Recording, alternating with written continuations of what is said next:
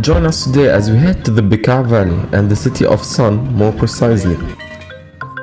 Also known as Heliopolis in ancient times, Baalbek was a major Roman city and is home to some of the largest and best preserved Roman ruins in the world. We start with the Propylaea, a veritable vestibule with columns that form the entrance to the sanctuaries. So this is red granite. And there are 12 columns of granite represent the gods of the Romans, the 12. And this entrance temple here is for Jupiter, which is, we're gonna see it later. It used to be like this.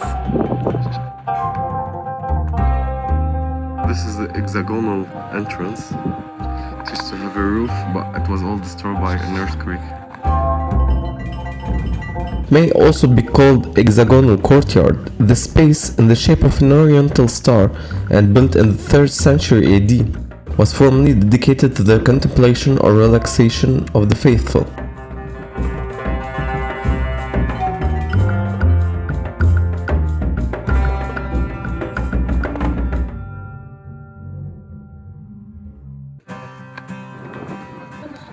So this is how the central court used to be, the Great Courtyard. It precedes the Temple of Jupiter, impressive with its titanic dimensions of 89 meters long by 50 wide. Sacrifices were burned in the pools, on the right for good represented by the blue column, and on the left the evil represented by red. So normally you'd find statues in here and there's a name underneath. The construction of these temples began during the reign of Roman Emperor Augustus and continued over several centuries. Today, only 6 of the 54 Corinthian columns that once surrounded the Temple of Jupiter remain, but their decorative frieze embellished with lion heads and bulls is still visible. The precision and scale of the construction at Baalbek have led to much speculation and debate about how the Romans were able to transport and lift such massive stones. The largest stones used in the construction are the famous trilithon stones, some of which weigh over 800 tons.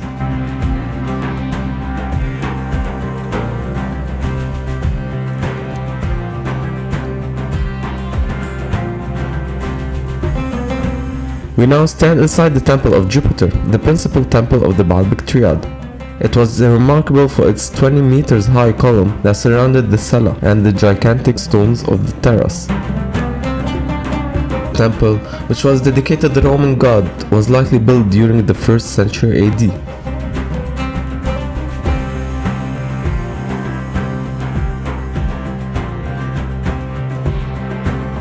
This is the adjacent temple dedicated to Bacchus, the Roman god of wine, and it's exceptional, my personal favorite.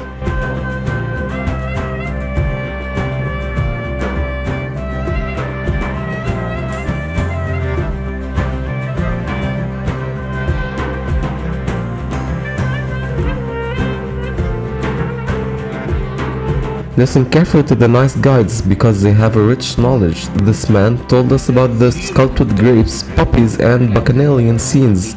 So here inside there were women dancing and some say there were orgies going on in honor for Dionysus, the god of wine, or Bacchus in Roman.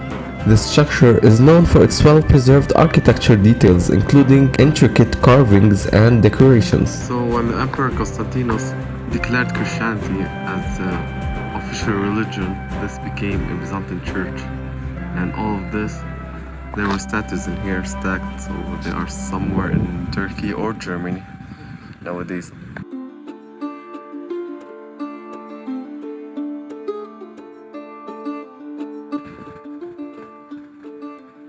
The entrance is 13 meters high and 6 meters and a half wide.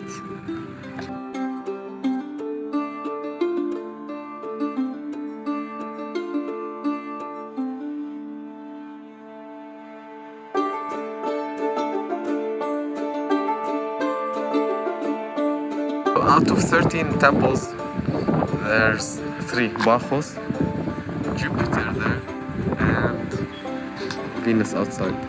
The round temple differs in its originality of layout as well as its refinement and harmonious forms. The god of beauty and fertility, Venus, joined us for a coffee.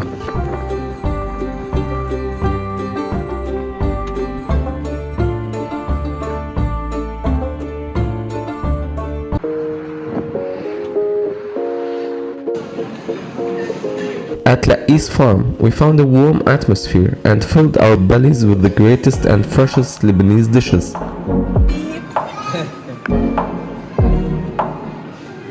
This is a very famous fiha balwakiya.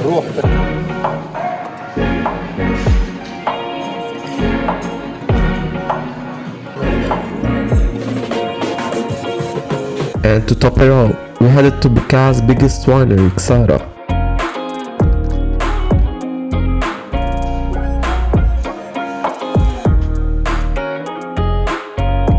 After wine shopping, we headed to the restaurant to enjoy a glass of red Réserve du Couvent, a blend of Syrah, Cabernet Franc and Cabernet Sauvignon. Located south of Zahle, on the site of a Jesuit convent, the Tanayil estate promotes an environmentally friendly tourism. They were getting ready to inaugurate this year's Christmas market, so we ended up only visiting their store since Tanayil Farms offers goods produced in their lands and dairy products produced by their cows. That's it for today, and until next time.